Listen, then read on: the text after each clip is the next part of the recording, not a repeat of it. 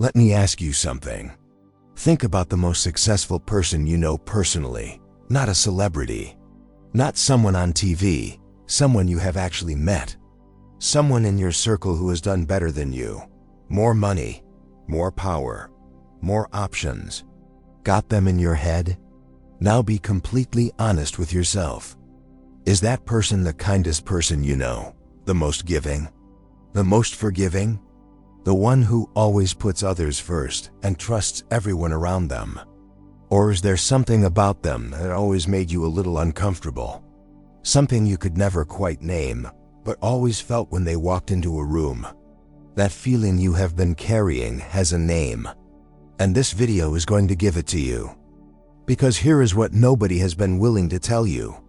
You were raised with a set of rules. Be good, be kind, be selfless, be forgiving, trust people, be content with what you have, always care about what others think of you. And you followed those rules.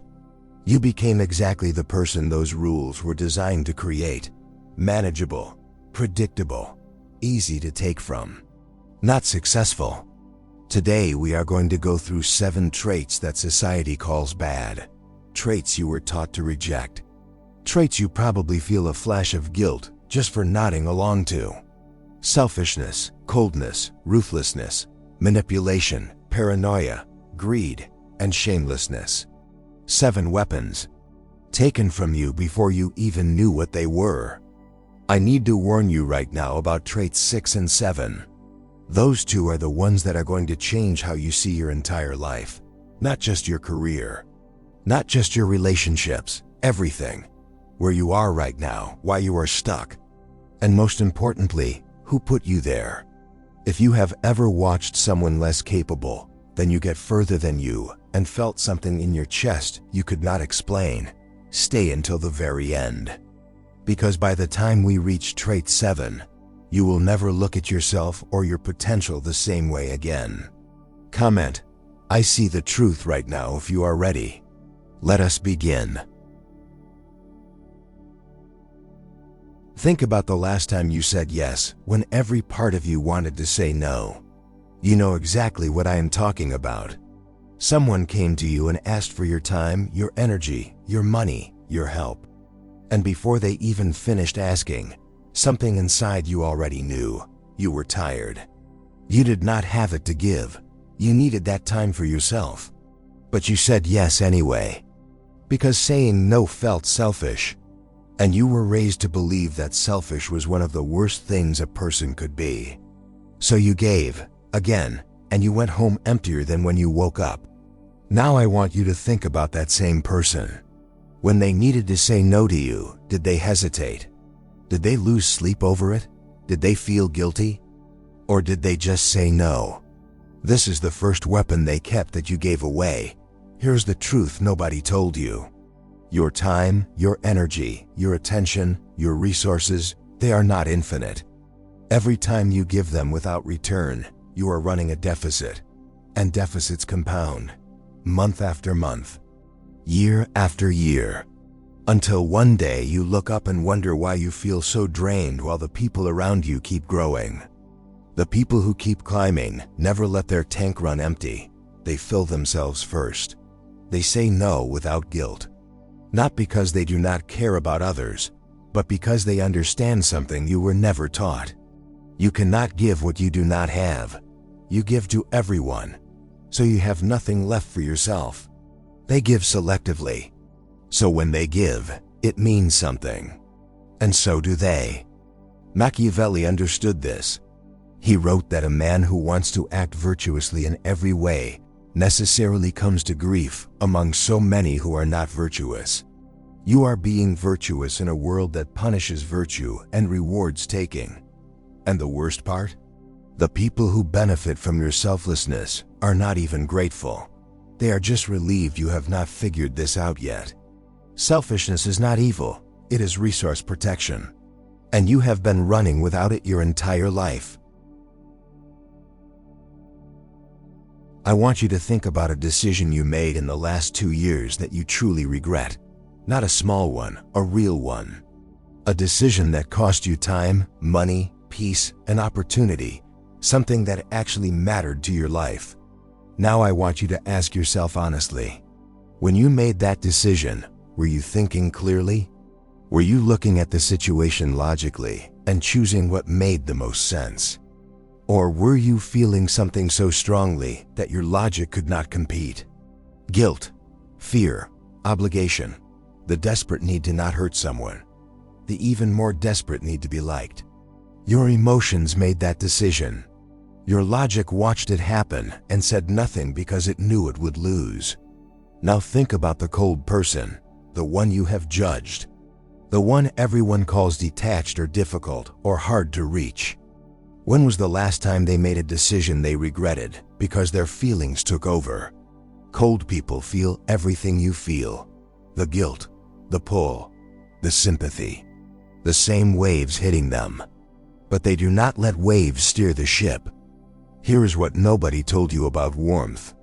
Every emotion you cannot control is a button. And every button is an invitation. The moment someone discovers you feel guilty easily, they start creating guilt. The moment they learn you cannot stand conflict, they use silence as a weapon. The moment they see that sympathy opens your wallet, they build the saddest story they can find. Your warmth is not connecting you to people. It is handing them the map to everything inside you. Coldness is not cruelty. Coldness is decision-making without emotional interference. It is the ability to feel the guilt, feel the pull, feel all of it, and still ask the one question that actually matters. What is true here? Machiavelli wrote, "Never let your emotions overpower your intelligence." The warm person gets steered through their feelings every single time. The cold person sees the steering happening in slow motion and decides whether to go along. That is not broken. That is the most powerful position in any room. I want you to do something uncomfortable right now. Think about the people in your life who have hurt you. Not once, more than once. The people who have burned you, apologized, and burned you again. The people who have shown you exactly who they are, not once but repeatedly, and who are still in your life because removing them felt harder than tolerating them. How many of those people are still there? And how much of your energy is quietly going to managing them? Bracing for what they might do next? Recovering from what they did last time? Hoping that this time will be different? The ruthless person does not have this problem. Not because bad people avoid them, because bad people do not get the chance to repeat. When someone shows the ruthless person who they are, they believe them, the first time, not after 3 apologies, not after a long conversation about intentions. The first time. You know why most people cannot do this? Because cutting someone off completely feels like punishment. Like you are the villain. Like you are being too harsh. But consider this. Every person who has hurt you repeatedly, you let them stay. And every time you let them stay, you taught them something. You taught them that there is no real cost to hurting you. That your boundaries are suggestions. That your forgiveness has no limit. They are not in your life because they deserve to be. They are in your life because you never made them leave. Ruthlessness is not cruelty. Ruthlessness is self-respect with a spine. It is the decision that your life, your energy, your peace are worth protecting even when that protection feels uncomfortable. Machiavelli wrote, "If you need to injure someone, do it in such a way that you do not have to fear their vengeance. Remove completely. Not with a conversation that leaves the door cracked open. Gone. Because half measures create enemies who linger. The worst people in the room have fewer toxic relationships than you. Not by luck. By design." I want to ask you something, and I need you to be completely honest. When you want something from someone, what do? Most people say they ask directly. They state their case. They are transparent. They tell the truth and trust the other person to respond fairly. Now think about the last time that approach failed. The last time you were honest about what you needed, made a fair and logical case, and still walked away with nothing. While someone else, someone less honest, someone who played the situation instead of stating the facts, got exactly what they wanted. You saw it, you did not understand it, and you called it unfair. It was not unfair, it was a different game. And they knew how to play it. Here is what nobody wants to say out loud. Honesty in a strategic world is not a virtue. It is naivety dressed up as integrity. While you are showing every card, every worry, every weakness, they are showing only what serves them. You are playing with an open hand at a table full of people who will never show you theirs. Manipulation is not lying. Manipulation is understanding how people think and positioning yourself accordingly. It is knowing that the same request lands completely differently depending on when you make it, how you frame it, and what you reveal or withhold. Every person who has ever convinced you of something used this. Every advertisement you have ever responded to. Every time someone made you feel like helping them was your own idea. You have been avoiding this skill because it was labeled bad. Meanwhile, it has been used on you your entire life by people who were never told it was wrong. Machiavelli wrote that everyone sees what you appear to be. Few experience what you really are. Strategic people manage what others see. They present the version that serves them. You show everything. And then you are surprised when people use it. I want you to think about every person who has ever truly betrayed you. Not let you down, truly betrayed you. The ones that hurt so much you still feel it when you think about them. Were any of them strangers? No. Every single one of them was someone you trusted. Someone you let in. Someone you gave access to because you believed they deserved it. This is not a coincidence. This is how betrayal works. Trust creates access. Access creates opportunity. And some people, when they have enough of both, will eventually use them for themselves. Not because they are monsters. Because self-interest is the most consistent force in human nature. You were taught to give trust quickly, to assume good intentions, to take people at their word, and so you did. And the people who were going to hurt you walked straight through the door you left open. Paranoia is not about seeing everyone as an enemy. It is about slowing down the process of access until someone has actually earned it. It is watching what people do consistently, not just what they say once. It is testing in small stakes before you invest in large ones. The paranoid person does not get blindsided, not because bad people avoid them, because bad people cannot find the opening. Machiavelli wrote that men are so simple and ready to obey present necessities that one who deceives will always find those who allow themselves to be deceived. You were not chosen randomly. You were chosen because you were open. Because you trusted before it was earned. Your open door was never kindness. It was an invitation. And the wrong people knew how to read it. I want you to sit with something for a moment. What do you actually want? Not what you have settled for. Not the story you have built around why what you have is enough. What do you actually want? The real version.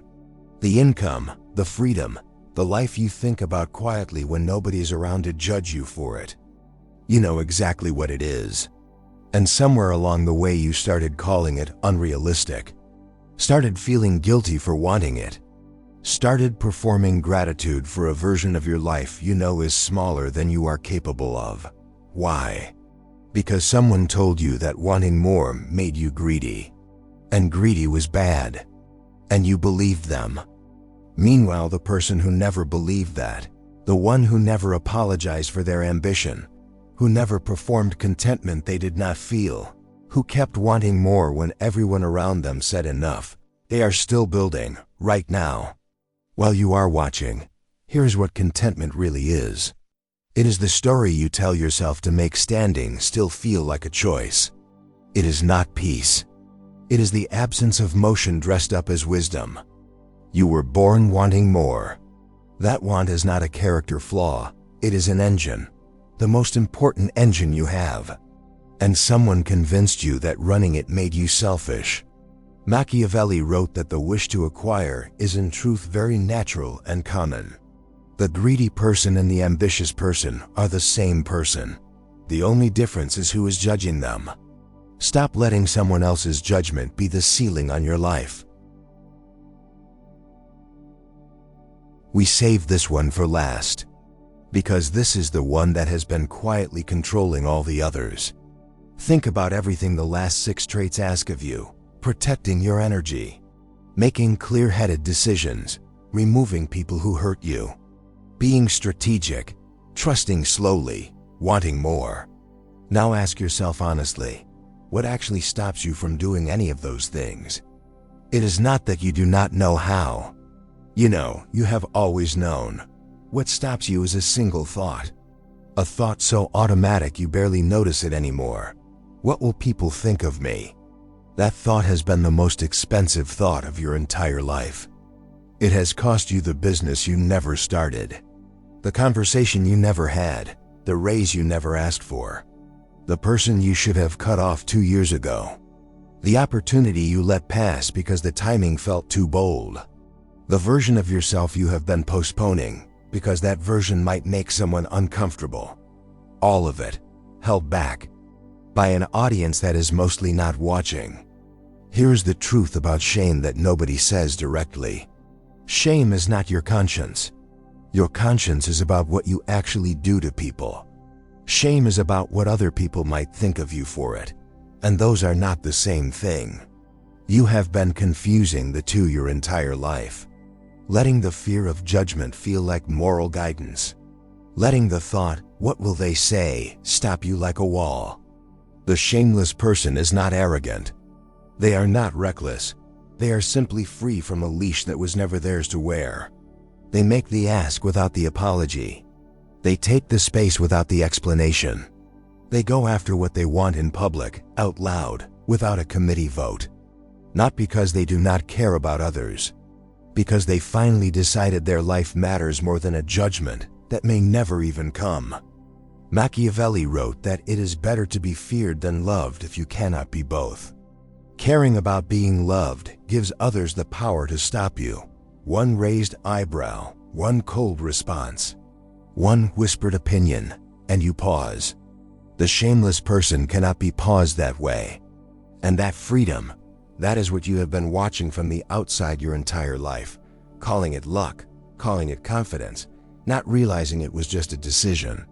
A decision that was always available to you. 7 traits. Selfishness, coldness, ruthlessness, manipulation, paranoia, greed, shamelessness. 7 weapons. All of them yours, all of them taken. And here is the part that is going to stay with you long after this video ends. It was not an accident. Selfless people are easier to extract from. Warm people are easier to steer through their emotions. Forgiving people are easier to keep hurting, because they never remove the ones who hurt them. Honest people are easier to outmaneuver because every card is on the table. Trusting people are easier to betray because they never verify. Content people are easier to keep down because they never demand more. Ashamed people are the easiest of all because you only have to hint at what others might think and they stop themselves. Your virtues were not designed for your success. They were designed for your compliance.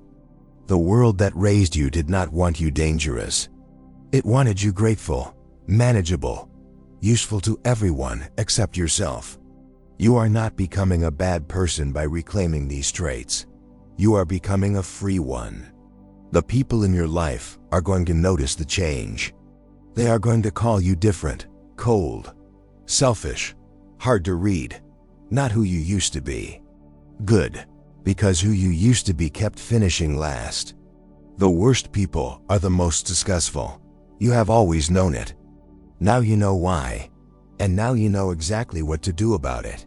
Comment, "I see the truth," if this video changed something in how you see yourself. Subscribe. The next video is going to go even deeper than this one. And trust me, once you see what is coming, you are going to want to have already seen this one first. The game does not stop. And now neither do you.